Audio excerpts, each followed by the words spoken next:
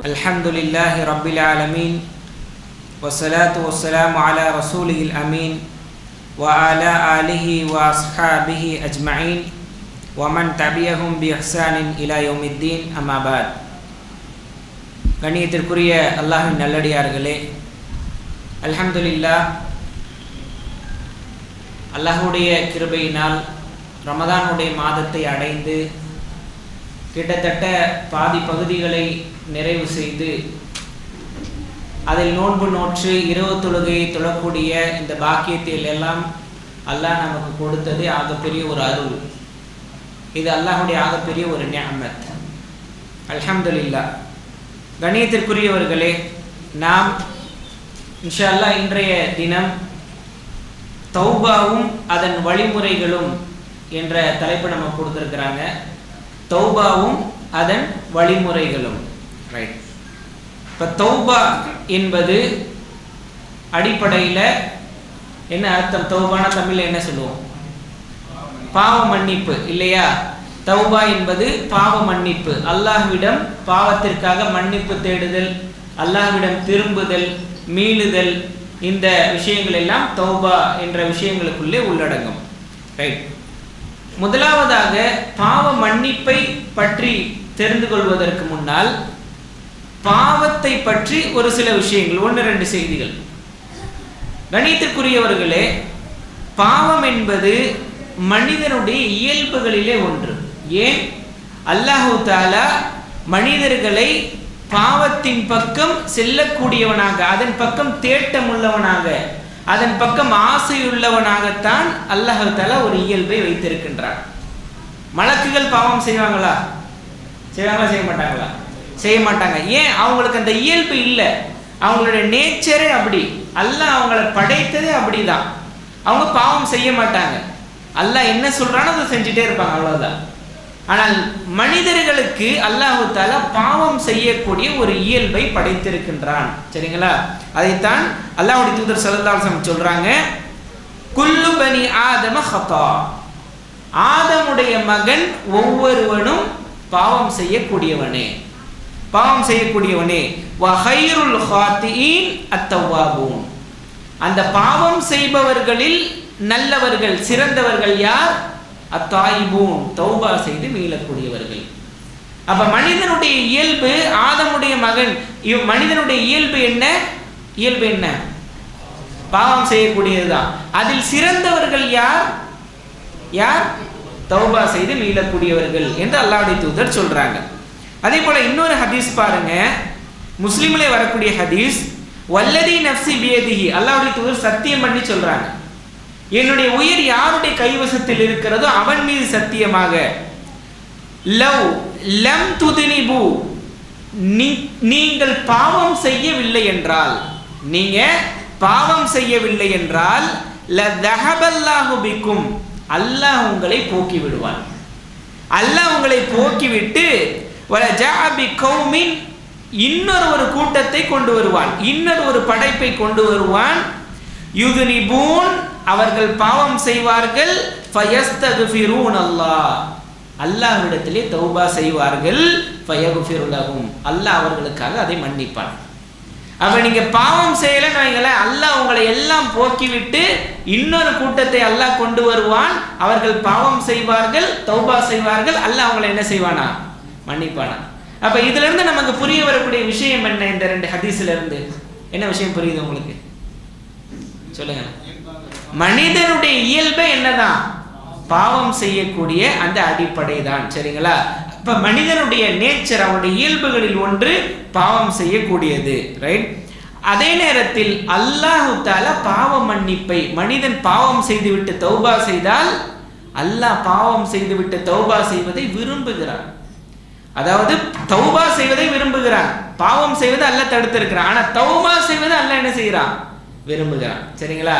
அல்லாஹ் தௌபா செய்து மீளுபவர்களை நேசிக்கிறான். அதனாலதான் அல்லாஹ் தஆலா இன்னல்லாஹ யுஹிப்புத் தவ்வாபீன், அல்லாஹ் தஆலா குர்ஆனிலே குறிப்பிடுகின்றான். அல்லாஹ் தௌபா செய்பவர்களை நேசிக்கிறான். யுஹிப்புத் தவ்வாபீன், பாவம் செய்து மீளக்கூடியவர்களை அல்லாஹ் என்ன செய்கிறானா? நேசிக்கிறான் என்று அல்லாஹ் தஆலா குறிப்பிடுகின்றான். அதே போல இன்னொரு இடத்துல அல்லாஹ் சொல்லும்போது பாருங்கள், குல் யா இபாதியல்லதீன அஸ்ரஃபு அலா அன்ஃபுஸிஹிம், வரம்புகளை எல்லாம் மீறி பாவம் செய்த என்னுடைய அடியார்களே. அல்லாஹ் கூப்பிடுறான், வரம்புகளை எல்லாம் மீறி பாவம் செய்த என்னுடைய அடியார்களே, யா இபாதி அப்படின்னு அல்லாஹ் கூப்பிடுறான். என்னுடைய அடியார்களே, வரம்பு மீறி பாவம் செய்த, ஆக்சுவலா எப்படி சொல்லியிருக்கணும், பாவிகளேன்னு சொல்லியிருக்கணுமா இல்லையா? வரம்புகளை மீறி பாவம் செய்த பாவிகளே அப்படி கூப்பிட்டுருக்கணுமா இல்லையா?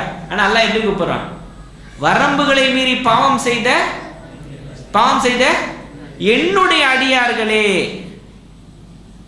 லா தக்னது மிர் ரஹ்மத்தில்லாஹ், நீங்கள் அல்லாஹ்வுடைய ரஹ்மத்திலே நம்பிக்கை இழந்து விட வேண்டாம். அல்லாஹ்வுடைய அந்த கருணையில் நீங்கள் நம்பிக்கை இழந்து விட வேண்டாம். இன்னல்லாஹ் யக்ஃபிரு துனூப ஜமீஆ, அல்லாஹ் எல்லா பாவங்களையும் மன்னிக்க கூடியவன். அல்லாஹ் தஆலா அத்தனை பாவங்களை மன்னிக்க கூடியவன். இன்னஹு ஹுவல் கஃபூருர் ரஹீம், ஏன் அவன் கஃபூர் ரஹீம், பாவங்களை மன்னிக்க கூடியவன் மேலும் கருணையாளன் என்று அல்லாஹ் சொல்ல. இந்த பேரை நீங்க பல இடங்கள்ல குர்ஆன்ல பார்க்கலாம், கஃபூர் இல்லையா? கஃபூர் என்ற பேருக்கு அர்த்தம் என்ன? மன்னிக்க கூடியவன். கஃபூர், கஃபார், காஃபிர், தவ்வாப், அஃபு, இப்படி பல பெயர்களை அல்லாஹ் வச்சிருக்கிறான். இது எல்லாமே பாவ மன்னிப்பு தொடர்பானது. பாவங்களை மன்னிக்க கூடியவன், அதிகமாக மன்னிக்க கூடியவன், பாவ மன்னிப்பை விரும்பக்கூடியவன், இப்படியெல்லாம் பல பெயர்களை அல்லாஹ் தன்னகத்திலே வைத்துக் கொண்டுள்ளான். கஃபூர், கஃபார், காஃபிர், தவ்வாப், தவ்வாவை ஏற்கக்கூடியவன் தவ்வாப், அஃபு, இப்படி பல பெயர்களை அல்லாஹ் தன்னகத்திலே வைத்துள்ளான். எந்த அடிப்படையில்? பாவ மன்னிப்பின் அடிப்படையில். அப்ப அல்லாஹ் சொல்றான், நீங்கள் வரம்புகளை எல்லாம் மீறி பாவம் செய்திருக்கிறீர்களா, இருந்தாலும் நீங்க என்ன செஞ்சிடாதீங்க, நிராசை அடையாதீங்க. அல்லாஹ்வுடைய ரஹ்மத்திலே நிராசை அடைந்து விடாதீர்கள். அல்லாஹ் யக்ஃபிரு துனூப ஜமீஆ, எல்லா பாவங்களையும் அல்லாஹ் தஆலா மன்னிக்க கூடியவன் என்று அல்லாஹ் சொல்கிறான். சரிங்களா? அப்ப அல்லாஹ் அத்தனை பாவங்களையும் மன்னிக்க கூடியவனாக இருக்கிறான். அதே போல அல்லாஹ் இன்னொரு இடத்திலே குறிப்பிடும் போது, வல்லதீன இதா ஃபஅலு ஃபாஹிஷத்தன் அவ் ஸலமு அன்ஃபுஸஹும் தக்கருல்லாஹ் ஃபஸ்தக்ஃபிரு லிதுனூபிஹிம், அல்லாஹ் தஆலா சொல்றான், ஈமான் கொண்டவர்கள் ஒரு தூண்டுதலின் அடிப்படையில், ஷைத்தானுடைய ஊசலாட்டத்தின் அடிப்படையில் சில பாவங்களை செய்து விட்டார்கள் என்றால் அவர்கள் உடனே அல்லாஹ்வை நினைவு கூறுவார்கள். மன்னிக்க எனக்கு ரப்பு ஒருவன் இருக்கிறான் என்று அவர்கள் நினைவு கூறுவார்கள். அந்த ரப்பின் பக்கம் மீளுவார்கள். அல்லாஹ் சொல்கிறான், வமை யக்ஃபிரு துனூப இல்லல்லாஹ், அல்லாஹ்வை தவிர பாவங்களை மன்னிக்க கூடியவன் யார்? அல்லாஹ் கேட்கிறான், வமை யக்ஃபிரு துனூப இல்லல்லாஹ், அல்லாஹ்வை தவிர பாவங்களை மன்னிக்க கூடியவன் யார்? இந்த ஒரு வசனம் ஒரு கிறிஸ்தவ பாதிரியாரை இஸ்லாத்திற்கு கொண்டு வந்தது. வமை யக்ஃபிரு துனூப இல்லல்லாஹ். ஏன்? அவங்களுடைய அந்த கலாச்சாரத்துல பாவம் மன்னிப்புக்கு என்ன செய்வாங்க, ஒரு சீட்டு, பாதிரியார்ட்ட ஒரு சீட்டு எழுதி கொடுப்பாங்க. பாதிரியார்ட்ட போய் என்ன செய்வாங்க, எங்களுடைய பாவங்களை மன்னித்து விடுங்கள் அப்படி இப்படின்னு சொன்னாங்க. அதை அவர் நினைத்து கொண்டிருந்தவர், நாமே பாவம் செய்கிறோம், நாமே இவ்வளவு பாவம் செய்கிறோம், நம்மகிட்ட இருந்து பாவம் மன்னிப்பு கேட்கிறாங்களே, இப்படி எல்லாம் பல நாள் யோசித்து கொண்டிருந்தவருக்கு ஒரு நாள் இந்த வசனம் தலையில் அடித்தது போல இறங்கியது. வமை யக்ஃபிரு துனூப இல்லல்லாஹ், அல்லாஹ்வை தவிர பாவங்களை மன்னிக்க கூடியவன் யார்? அப்ப அல்லாஹ்வை தவிர பாவங்களை மன்னிக்க கூடியவன் யாரும் இல்லை. அவன் அத்தனை பாவங்களையும் மன்னிக்க தயாராக இருக்கிறான். நாம செய்ய வேண்டியது என்ன விஷயம்தான்? என்ன மட்டும்தான்? தௌபா மட்டும்தான். அப்ப நாம் தௌபா செய்தோம் என்றால் அல்லாஹ் அத்தனை பாவங்களையும் மன்னிக்க தயாராக இருக்கிறான். பாருங்க, இருக்கிறதுக்கு ஒரு உதாரணம் சொன்னாங்க அல்லாஹ்வுடைய தூதர் ஸல்லல்லாஹு அலைஹி வஸல்லம் அவர்கள். ஒரு உதாரணம் சொல்றாங்க. உங்களிலே ஒருவர் ஒரு வறண்ட பாலைவனத்தில் ஒட்டகத்திலே பயணம் செய்கிறார். அதில் ஒரு இடத்தில் அவர் தங்கி ஓய்வெடுத்துக் கொண்டிருந்த போது அவருடைய ஒட்டகம் தப்பி ஓடிவிட்டது. ஒருத்தர் ஒரு பாலைவனத்தில் பயணம் செய்கிறார் ஒட்டகத்தில். அவருடைய சாப்பாடு, அவருடைய பயணத்துக்கு தேவையான பொருட்கள், தண்ணீர் எல்லாம் அந்த ஒட்டகத்தில் தான் இருக்கு. சரி, கொஞ்சம் ரெஸ்ட் எடுக்கலான்னு கொஞ்சம் கீழே இறங்கி ஒரு ரெஸ்ட் எடுக்கிறார், ஓய்வு எடுக்கிறார். அவருடைய விழித்து பார்க்கும்போது அவருடைய ஒட்டகம் காணும். அவ்வளவுதான், ஒண்ணுமே செய்ய முடியாது. பாலைவனத்தில் நடுவில் மாட்டிக்கொண்டால் ஒன்றும் செய்ய முடியாது. சாப்பாடு இல்லை, தண்ணி இல்லை, பயணிக்க வாகனம் இல்லை, மௌத்து அவ்வளவுதான். இன்னைக்கு கூட நீங்க பல மௌத்துக்களை அந்த மாதிரி நீங்க கேள்விப்பட்டிருக்கலாம்.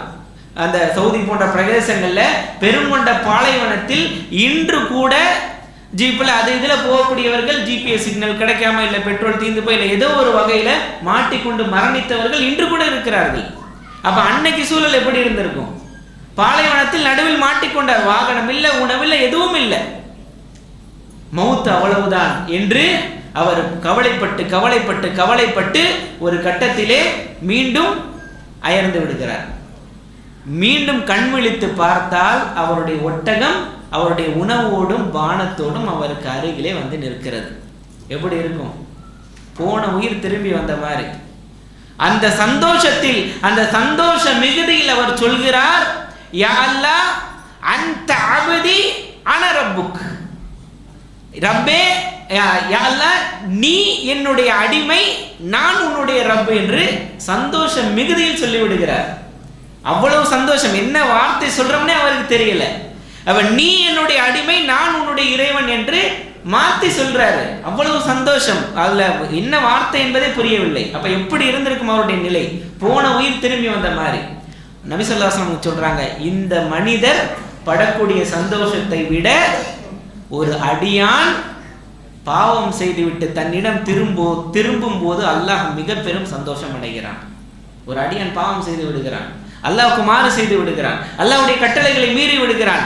ஆனால் எனக்கு ஒரு ரப்பு இருக்கிறான், என்னுடைய பாவங்களை மன்னிக்க தயாராக இருக்கிறான், இரவிலும் பகலிலும் அவன் பாவ மன்னிப்பை எதிர்பார்த்து காத்து கொண்டிருக்கிறான் என்று அவன் தன்னுடைய ரப்பினிடத்திலே மீண்டு விடுகிற பொழுது அல்லாஹ் படக்கூடிய சந்தோஷம் என்பது இந்த மனிதர் படக்கூடிய சந்தோஷத்தை விட மிகப்பெரியது என்று அல்லாஹ்வுடைய தூதர் ஸல்லல்லாஹு அலைஹி வஸல்லம் சொல்லி காட்டினாங்க. அப்ப அல்லாஹு தாலா பாவம் செய்து மீளக்கூடியவர்களை, அல்லாஹு தாலா தௌபா செய்யக்கூடியவர்களை மிக அதிகமாக நேசிக்கிறான். அது அல்லாஹு தாலாவுக்கு மிக விருப்பமான ஒரு அமல். தௌபா என்பது அல்லாஹ்வுக்கு மிக விருப்பமான ஒரு அமல். கணியத்திற்குரியவர்களே, இந்த தௌபாவுக்கு எக்கச்சக்க சிறப்புகள் இருந்தாலும் நம்முடைய அந்த தௌபாவுடைய சிறப்புகள்ல இன்னொரு சிறப்பு பாருங்க. தௌபா செய்தால் நம்முடைய பாவங்கள் மன்னிக்கப்படும் அப்படின்றது மட்டுமல்ல, தௌபா செய்தால் நம்முடைய உலக வசதிகளும் பெருகும். உலகத்தினுடைய பிரச்சனைகளுடைய தீர்வு தௌபாவிலே, இஸ்திக்ஃபாரிலே இருக்கிறது. இப்ப தௌபா என்பது ஒரு பெரிய ஒரு ஜெனரல் டேர்ம் அப்படின்னு வச்சுக்கிறீங்களேன். அதுல இஸ்திக்ஃபார் ஒரு விஷயம். இஸ்திக்ஃபார் என்பது தௌபாவிலே உள்ளடங்கிய ஒரு விஷயம். இஸ்திக்ஃபாரன் அஸ்தகுஃபிருல்லாஹ், யா அல்லாஹ் நான் உன்னிடத்திலே நான் மன்னிப்பை கேட்கிறேன் என்று வாயால் நாம் மொழிவது என்பது இஸ்திக்ஃபார் என்று சொல்லப்படும் இல்லையா? சையதுல் இஸ்திக்ஃபார் அப்படின்லாம் நீங்க ஒரு சில துவாக்கள் பார்த்திருப்பீங்க. அப்ப இஸ்திக்ஃபார் என்பது வாயால் அஸ்தகுஃபிருல்லாஹ் அல்லது பாவ மன்னிப்பிற்கு உண்டான அந்த துவாக்களை சொல்வதுதான் இஸ்திக்ஃபார். இது தௌபாவில் உள்ள ஒரு அங்கம். சரிங்களா? அப்ப தௌபா செய்து இஸ்திக்ஃபார் செய்யக்கூடியவர்களுக்கு அல்லாஹ் தஆலா பாருங்க சொல்லி காட்டுங்க. அல்லாஹ் தஆலா சொல்லி காட்டுகிறான் குர்ஆனிலே, ஃபகுல்து அஸ்தக்ஃபிரு ரப்பக்கும் இன்னஹு கான கஃபாரா. நூஹ் அலைஹிஸ்ஸலாம் தங்களுடைய சமூகத்துக்கு செய்த உபதேசத்தை அல்லாஹ் தஆலா சொல்லி காட்டுகின்றான். நீங்கள் உங்களுடைய ரப்பினிடத்திலே இஸ்திக்ஃபார் செய்து மீளுங்கள், ரப்பினிடத்திலே பாவ மன்னிப்பு கேளுங்கள். இன்னஹு கான கஃபாரா, அவன் பாவங்கள் அத்தனையும் மன்னிக்க கூடியவனாக இருக்கிறான். யுர்சிலிஸ் ஸமாஅ அலைக்கும் மித்ராரா, நீங்கள் அப்படி செய்தால் உங்களுக்கு வானத்தில் இருந்து அவன் மழையை இறக்குவான், மழை பொழிய வைப்பான். வயும்திதுக்கும் பி அம்வாலி வ பனீன வ யஜஅல் லக்கும் ஜன்னாத்தின் வ யஜஅல் லக்கும் அன்ஹாரா, உங்களுக்கு அம்வால் பொருளாதாரத்தை கொடுப்பான், மால் பொருளாதாரத்தை கொடுப்பான், வ பனீன் குழந்தைகளை அவன் கொடுப்பான், உங்களுக்கு பல தோட்டங்களை கொடுப்பான், ஆறுகளை கொடுப்பான் என்று அல்லாஹ் தஆலா அல் குர்ஆனிலே குறிப்பிடுகின்றான். அப்ப இந்த வசனத்தின் அடிப்படையில் இமாம் ஹசனுல் பஸ்ரி ரஹிமஹுல்லாஹ் அவர்களிடத்திலே ஒரு சில பேர் வர்றாங்க, வந்து தீர்வு கேட்கிறாங்க. இமாம் ஹசனுல் பஸ்ரி மிகப்பெரிய ஒரு இமாம். கேட்குறாங்க, இமாம் அவர்களே, ஒருத்தர் வருகிறார், எனக்கு ஒரே பொருளாதார கஷ்டமா இருக்கு, என்ன செய்யறதுன்னு தெரியல. சொல்றாங்க, நீ இஸ்திக்ஃபார் செய்யுங்க. இன்னொரு வருகிறார், எனக்கு குழந்தை பாக்கியம் இல்லை, நான் என்ன செய்வது? இஸ்திக்ஃபார் செய்யுங்கள். இன்னொரு வருகிறார், எங்கள் ஊரிலே மழை இல்லை, இஸ்திக்ஃபார் செய்யுங்கள். அப்ப மாணவர்களுக்கு ஒரே ஆச்சரியம், இமாம் அவர்களே வர்றவங்க ஒவ்வொரு பிரச்சனையை கொண்டு வர்றாங்க, நீங்க ஒரே வார்த்தை தான் சொல்றீங்களே, இஸ்திக்ஃபார் செய்யுங்க இஸ்திக்ஃபார் செய்யுங்க என்று. அப்ப இமாம் அவர்கள் சொல்கிறார்கள், நீங்கள் குர்ஆனிலே சூரத்து நூஹில் இந்த வசனங்களை நீங்கள் படிக்கவில்லையா? அல்லாஹ் தஆலா சொல்கிறானே, நீங்கள் தௌபா செய்து இஸ்திக்ஃபார் செய்து மீண்டால் உங்களுக்கு பி அம்வாலி வ பனீன், உங்களுக்கு செல்வங்களையும் உங்களுக்கு குழந்தைகளையும் உங்களுக்கு தோட்டங்களையும் மழையையும் இது அத்தனையும் தருவதாக அல்லாஹ் சொல்கிறானே, இதை நீங்கள் பார்க்கவில்லையா?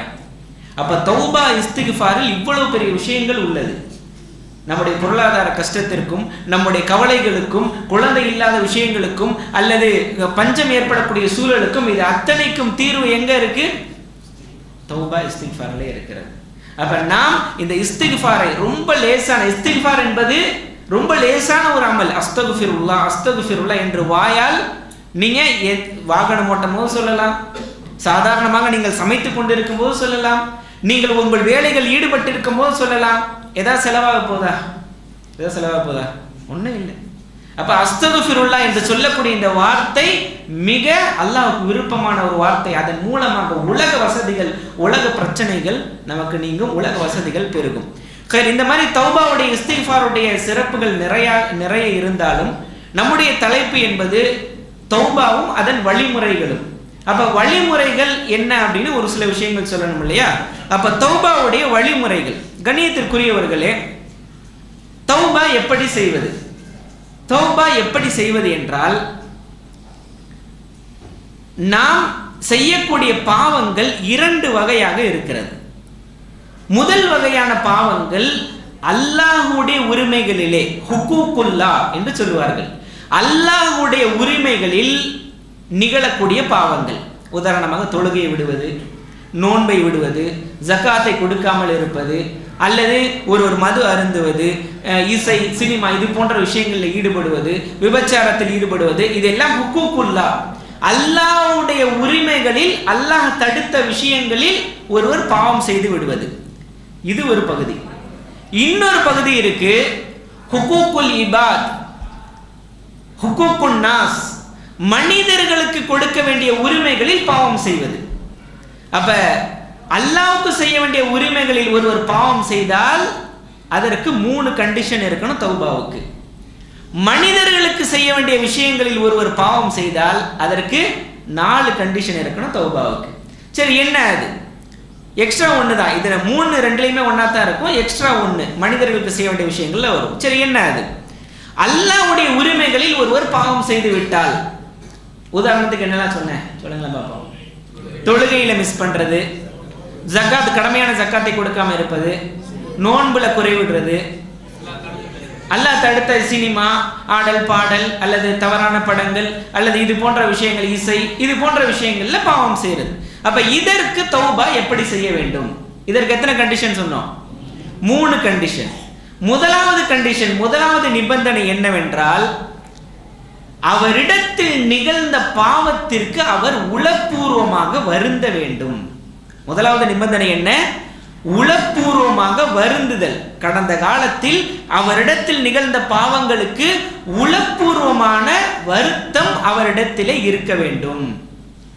எல்லாம் நான் தவறாம நான் தெரியாம செஞ்சுட்டேன், ஷைத்தானுடைய ஊசலாட்டத்தின் அடிப்படையில் செய்து விட்டேன், அல்லாஹ் என்னை பிடிச்சிட்டா என்ன ஆகிறது, இதற்கு எனக்கு நரகத்தை கொடுத்து விட்டால் என்ன செய்வது, அல்லாஹ் என்னை கபரில் பிடித்து விட்டால் என்ன செய்வது என்று உளப்பூர்வமான அந்த வருத்தம், சும்மா வாயளவுல சொல்றது இல்லை, உளப்பூர்வமான ஹாலிஸாக தூய்மையாக அந்த வருத்தம் உள்ளத்திலே ஏற்பட வேண்டும். இதுதான் தௌபாவுடைய முதல் நிபந்தனை. கடந்த காலத்தில் செய்த பாவங்களுக்கு உளப்பூர்வமான வருத்தத்தை ஒருவர் உள்ளத்தில் கொண்டு வர வேண்டும்.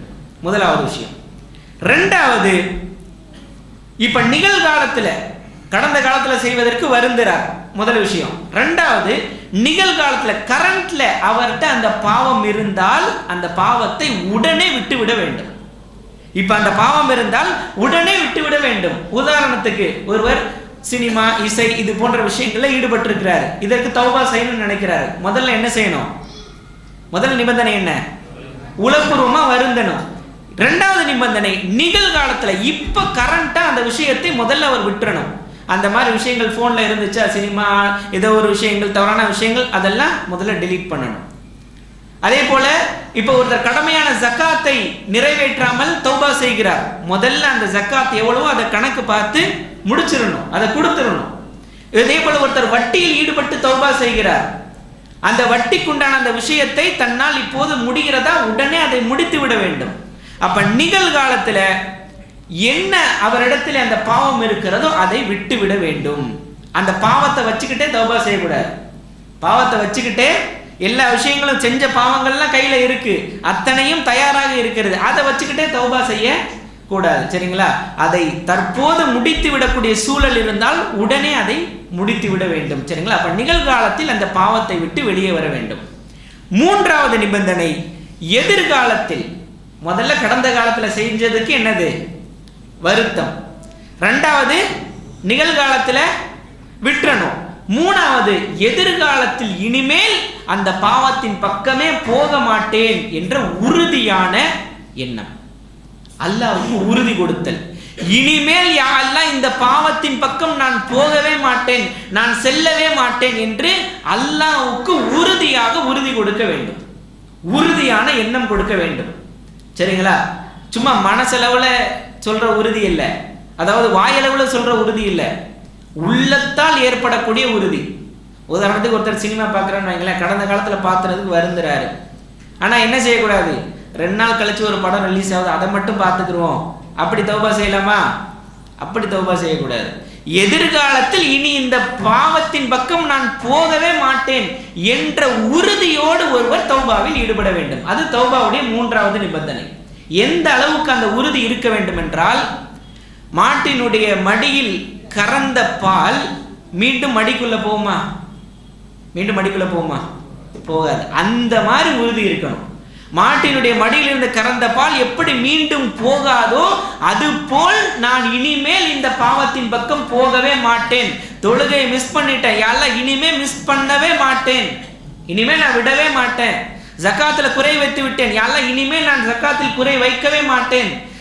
இசை இது போன்ற விஷயங்கள் ஈடுபட்டு விட்டேன், இனிமேல் அதன் பக்கமே நான் போக மாட்டேன் என்று உறுதியாக அல்லாஹ்விடத்திலே ஒருவர் உறுதி கொடுக்க வேண்டும். சரிங்களா? அதுதான் மூன்றாவது நிபந்தனை. அப்ப 3 நிபந்தனைகள்: கடந்த காலத்தில் நிகழ்ந்த விஷயங்களுக்கு வருந்துதல், நிகழ்காலத்தில் அந்த பாவங்களை விட்டுவிடுதல், எதிர்காலத்தில் இனிமேல் செய்ய மாட்டேன் என்று உறுதி கொடுத்தல். புரியுதுங்களா? புரியுதா? தூக்கம் வருதா? நீங்க சொன்னதா பார்த்தா புரியுதா? சரி, என்னென்ன சொல்லுங்களேன் பார்ப்போம். 3 விஷயம்.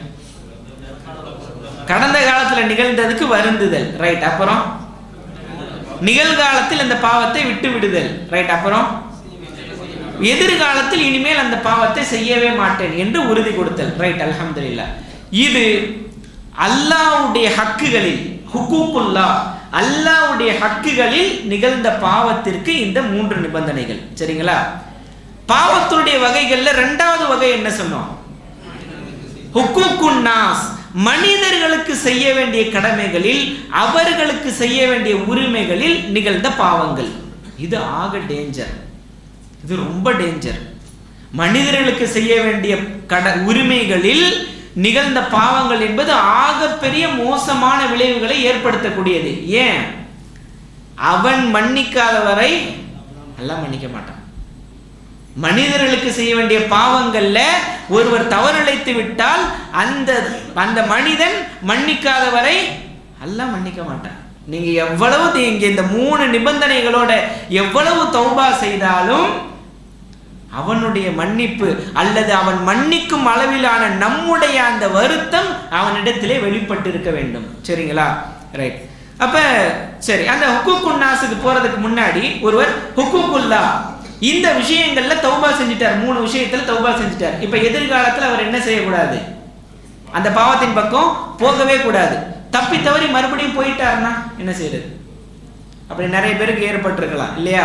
பாவம் செய்ய மாட்டோம், இனிமே உறுதியா தௌபா செஞ்சிருப்போம், மீண்டும் செஞ்சுட்டா என்ன செய்யறது? மீண்டும் தௌபா தான், வேற வழியே இல்லை. மறுபடியும் தௌபா தான், மறுபடியும் அதே 3 நிபந்தனைகளோடு, யா அல்லாஹ் இனிமேல் செய்ய மாட்டேன் என்ற அதே 3 நிபந்தனைகளோடு தௌபாவைத்தான் செய்ய வேண்டும். இறுதி மூச்சு வரை தௌபாவை விட்டுவிடவே கூடாது. கடைசி மூச்சு வரைக்கும் தௌபாவை விட்டுவிடவே கூடாது. ஏன்? உயிர் தொண்டை குழியை அடையும் வரை தௌபாவுடைய வாசல் திறந்துதான் இருக்கும். அப்ப தௌபாவை மட்டும் விட்டுறவே கூடாது. ஷைத்தான் வருவான், என்ன நீ திரும்ப திரும்ப பாவம் செஞ்சுக்கிட்டே இருக்கிற, ஒண்ணு பாவத்தை விடு, இல்ல தௌபாவை விடு. ஒண்ணு பாவத்தை விடு, இல்ல தௌபாவை விடு. நம்ம எதை விட்டுருவோம்? தௌபா விட்டுருவோம்.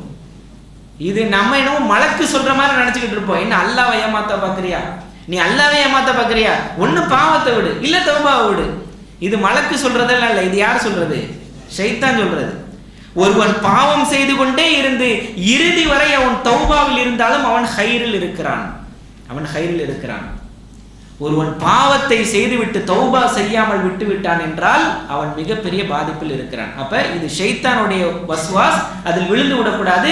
இறுதி வரை நம் தௌபாவில் உறுதியாக இருக்க வேண்டும். ரைட்? சரி. அப்ப இந்த ஹுக்குக்குன் நாஸ், மனிதர்களுக்கு செய்ய வேண்டிய அந்த விஷயங்கள்ல நான்காவது ஒரு நிபந்தனை, எக்ஸ்ட்ரா நிபந்தனை என்ன அப்படின்னா, அந்த உரிமைகள் அவர்களிடத்திலே மீண்டும் கொண்டு போய் நிறைவேற்றப்பட வேண்டும். அவர்களுக்கு கொடுக்க வேண்டிய உரிமை, அதிலே ஒருவர் குறைவு வைத்து விட்டார் என்றால் அந்த உரிமையை அவர்களிடத்திலே கொடுக்க வேண்டும். இதுதான் நான்காவது நிபந்தனை. உரியவரிடத்திலே அந்த உரிமையை கொடுக்க வேண்டும். மனிதர்களுக்கு செய்ய வேண்டிய உரிமைகளில் 3 விஷயங்கள்ல குறைவு வைக்க வாய்ப்பு இருக்கிறது. என்ன? அவருடைய உடல் அல்லது உயிர், அல்லது அவருடைய பொருள், அல்லது அவருடைய மானம். இந்த 3 விஷயங்களில் சக மனிதர்களோடு பாவங்கள் நிகழ வாய்ப்பு இருக்கிறது. ஒருத்தன் இன்னொருத்தனை தேவையில்லாம அடிச்சுட்டான், இது அவனுடைய உடலில் உயிர் சம்பந்தப்பட்ட விஷயத்தில் ஏற்படக்கூடிய பாவம். சரிங்களா? இல்ல ஒருவன் இன்னொருவருடைய பொருளை அநியாயமாக அபகரித்து கொண்டான், ஏமாற்றி விட்டான், மோசடி செய்து விட்டான், இப்படி செஞ்சுட்டான், இது அவனுடைய பொருளாதாரத்தில் செய்த பாவம். 3வது, ஒருவன் ஒருவனுடைய மானத்தில் விளையாடி விட்டான். அவனுடைய மானம் தொடர்பான விஷயங்களில் அவனை பற்றி மக்களிடத்திலே தப்பும் தவறுமாக சொல்வதிலோ அல்லது அவனை ஒரு சமூகத்தில் இழிவுபடுத்தி பேசுவதிலோ, இப்படி மானம் தொடர்பான விஷயங்களில் அவனிடத்தில் விளையாடி விட்டான். இந்த 3 நிலைகளில் ஹுக்குக்குன் நாஸ், மனிதர்களோடு செய்யக்கூடிய விஷயங்களிலே பாவங்கள் ஏற்பட வாய்ப்பு இருக்கிறது. எதுலலாம் சொல்லுங்க பார்ப்போம். உயிர், பொருள், மானம். அப்ப இந்த 3 விஷயங்களை எதுல தவறு நிகழ்ந்திருந்தாலும் அதை உரியவரிடத்திலே கொண்டு போய் சேர்க்க வேண்டும். அப்ப ஒருவரை ஒருவர் தேவையில்லாமல் அடித்து விட்டார், ரத்தத்தை ஓட்டி விட்டார், ஏதோ ஒன்று செஞ்சிட்டாரு, அதற்கு அவர் போய் மன்னிப்பு கேட்கணும். என்ன மன்னிச்சிருங்க, என்ன அடிச்சிருங்க, நான் உங்களை தெரியாம அடிச்சுட்டேன், உங்களை நான் அநியாயமாக அடித்து விட்டேன், என்னை மீண்டும் அடித்து விடுங்கள். ரசூல் ஸல்லல்லாஹு அலைஹி வஸல்லம் அவங்க சொன்னாங்க, மரணிக்கக்கூடிய தருவாயில், அந்த மரணிக்கக்கூடிய நாட்களில் சொன்னார்கள், நான் உங்களில் யாரையாவது அடித்திருந்தால், அநியாயமாக அடித்திருந்தால், இதோ என்னுடைய முதுகு, அடித்துக் கொள்ளுங்கள். சுப்ஹானல்லாஹ், ரசூலுல்லாஹ் சொன்னார்கள். அப்ப முதலில் அதற்குண்டான தீர்வை நிறைவேற்ற வேண்டும். பொருளாதாரத்தில் மோசடி செய்திருந்தால், அநியாயமாக பொருளாதாரத்தை அபகரித்திருந்தால் அல்லது ஏமாற்றி இருந்தால், அந்த பொருளாதாரத்தை கொண்டு போய் அவரிடம் கொடுத்து, இந்தாங்க இந்த பொருளாதாரத்தை நான் உங்கள்கிட்ட அநியாயமாக அபகரித்து விட்டேன், ஏமாற்றி விட்டேன், மோசடி செய்து விட்டேன், இது உங்களுக்கு சேர வேண்டிய பொருளாதாரம், இதை வைத்துக்கொண்டு என்னை மன்னித்து விடுங்கள். அப்படி பொருளாதாரத்தில் அதை அப்படி சரி செய்ய வேண்டும். மானத்தில் குறைவு வைத்திருந்தால், மானம் தொடர்பான விஷயங்களில் விளையாடி இருந்தால், ஒருவரை பற்றி ஊரில் தப்பும் தவறுமான விஷயங்களை பரப்பி விட்டிருந்தால் அதை சரி செய்வதற்கு இவர் அப்படி அல்ல, அவரை பற்றி நல்ல விஷயங்களை பரப்ப வேண்டும். மானம் தொடர்பான விஷயங்களில் அவரிடத்திலே மன்னிப்பு கேட்டு, அது என்ன விஷயத்தில் ஒருவன் குறைவு செய்திருந்தானோ அதை சரி செய்வதற்கு முயற்சி எடுக்க வேண்டும். அப்ப இப்படி சரி செய்ய வேண்டும். இதை குறித்து தான் அல்லாஹ்வுடைய தூதர் ஸல்லல்லாஹு அலைஹி வஸல்லம் சொன்னாங்க. அல்லாஹ்வுடைய தூதர் கேட்டாங்க, மனில் முஃப்லிஸ், முஃப்லிஸ் என்றால் உங்களுக்கு யார் தெரியுமா என்று கேட்டாங்க. முஃப்லிஸ்னா ஜப்தி பண்ணவங்கன்னு சொன்னாங்களே, பேங்க் இந்த கடன் வாங்கிட்டு ஜப்தி பண்ணிட்டு போவாங்களே, எல்லாத்தையும் இது பண்ணிட்டு, அவங்களுக்கு தான் முஃப்லிஸ் அப்படின்னு சொல்லுவாங்க. அப்ப சஹாபாக்கள் சொல்றாங்க, யா ரசூலல்லாஹ், யாரிடத்திலே மல்லா திர்ஹம் வலா மதா, யாரிடத்திலே ஒரு தீனார் திர்ஹம் கூட இல்லாமல் அத்தனையும் பிடுங்கப்பட்டு விடுகிறானோ அவன் தான் முஃப்லிஸ் என்று சொன்னார்கள். அப்போது ரசூல் ஸல்லல்லாஹு அலைஹி வஸல்லம் சொன்னாங்க, ஃபகால இன்னல் முஃப்லிஸ மின் உம்மத்தி, என்னுடைய உம்மத்தில் முஃப்லிஸ் யார் தெரியுமா? யாத்தி யௌமல் கியாமத்தி பிஸலாத்தின் வ ஸியாமின் வ ஸகாத்தின், மறுமை நாள்ல வருவான், சலா தொழுகையை கொண்டு வருவான், ஜகாத்தை கொண்டு வருவான், சியாம் நோன்புகளை கொண்டு வருவான், அவ்வளவு தொழுதிருப்பான், அவ்வளவு ஜகாத்து கொடுத்திருப்பான், அவ்வளவு நோன்புகள் நோற்றிருப்பான், இப்படிப்பட்ட அமல்களை எல்லாம் மறுமையில் கொண்டு வருவான். அப்போது ஒருவர் வருவார், வந்து சொல்லுவார், கது ஷத்தமஹாதா, யா அல்லாஹ், இவன் என்னை தேவையில்லாமல் திட்டினான். அப்படியா? அந்த நாள்ல எப்படி சரி செய்யறது? அதை ஏதாவது பணத்தை கொடுத்து சரி செய்து கொள்ள முடியுமா? அங்க போய் மன்னிப்பு கேட்டுக்கொள்ள முடியுமா? எதுவும் செய்ய முடியாது. அதனால தான் சொன்னார்கள், அந்த நாள் வருவதற்கு முன்னால், எந்த தீனாரோ திர்ஹமோ இல்லாத நாள் வருவதற்கு முன்னால் இங்கேயே அந்த கணக்கை முடிச்சிருங்கன்னு சொன்னாங்க அல்லாஹ்வுடைய தூதர். இங்கேயே அதை சரி செய்து கொள்ளுங்கள். இல்லையா அந்த நாளில் ஹசனாத் சய்யியாத் ரெண்டு தான், நன்மை தீமை, இது ரெண்டு தான் அங்க பேச்சு. இவனுடைய நன்மையிலிருந்து எடுத்து அவனுக்கு கொடுக்கப்படும். இன்னொருவர் வருவார், யா அல்லாஹ்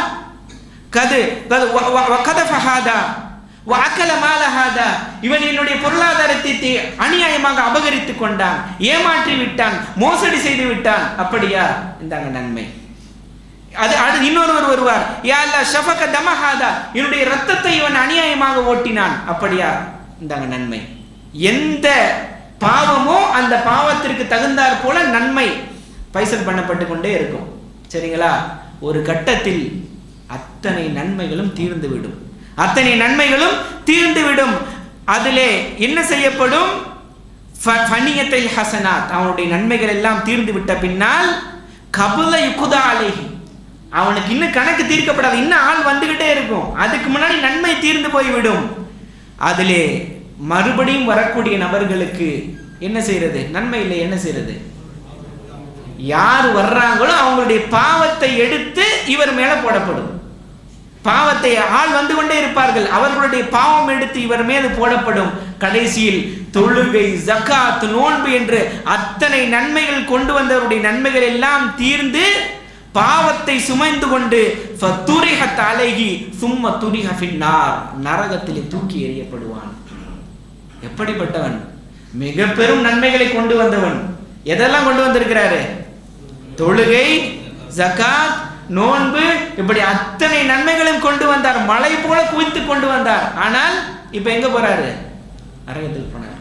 அப்ப கவனமாக இருக்க வேண்டும். மக்களுக்கு செய்ய வேண்டிய ஹக்குகளில், அதற்குண்டான உரிமைகளில் அல்லாஹ் கூட சில சமயங்களில் அல்லாஹ்வுக்கு கொடுக்க வேண்டிய ஹக்குல அல்லாஹ் பல நேரங்களில் மன்னித்து விட தயாராக இருக்கிறான். தௌபா அந்த 3 நிபந்தனைகளோடு கேட்டால் போதும். ஆனால் மனிதர்களுக்கு கொடுக்க வேண்டிய ஹக்கில் ஒருவன் குறை வைத்து விட்டான் என்றால் அந்த ஹக்கை